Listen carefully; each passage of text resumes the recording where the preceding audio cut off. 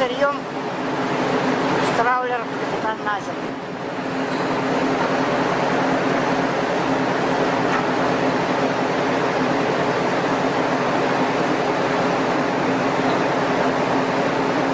Щитковая линия подсоединена, проверка о правильности подсоединения. И аккуратно вкладываем на трал, дабы избежать запутывания. И продолжаем постановку.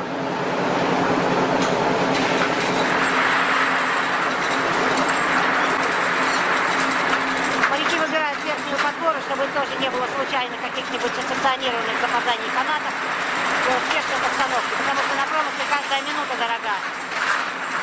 А все-таки траулеру, вернее, надо в сутки 500 и более тонн, для того, чтобы в полную силу нагрузить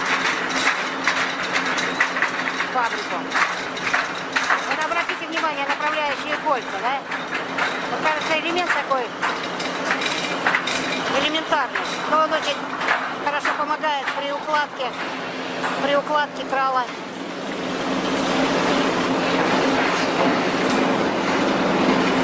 При укладке трала на барабан. Специально для них были сделаны лебедочки для перемещения направляющих колец вправо-влево. Для того, чтобы на барабане все четко укладывалось, то есть ровно. Не было провисаний, слабин канатов, дабы избежать порывов, так как если на одну сторону намотать, то одни канаты пойдут со слабиной, другие в натяжку, и возможны даже порывы не на промысле, а именно здесь на палубе. Поэтому вот предусмотрены вот эти вот направляющие кольца. Лебедки это уже, я так понимаю, они изначально не были предусмотрены, это уже плод фантазии самого экипажа сделали. То есть предусмотрено таким образом, что одна лебедка идет на заторможение, а вторая лебедка тянет в одну сторону, потом переключается. И также вот другая лебедка растормаживает. Наконец крыла, одна загрузка, а вторая на кабель. Ну, смотрите, при переходе с остального каната на дайнинг, дабы избежать крутку крыльев, используют вертляки, блюлайн. Но здесь вот вертляки стоят А8 на концах крыльев. Дальше на увеличение пойдет. Длина кабельной линии 100 метров.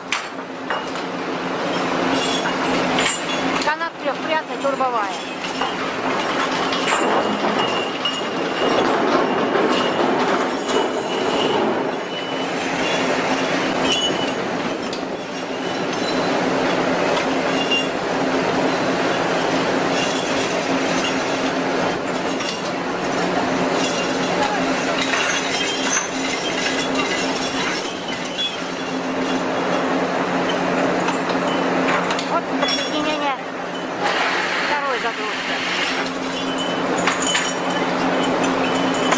Немножко неудобно, но приходится мириться.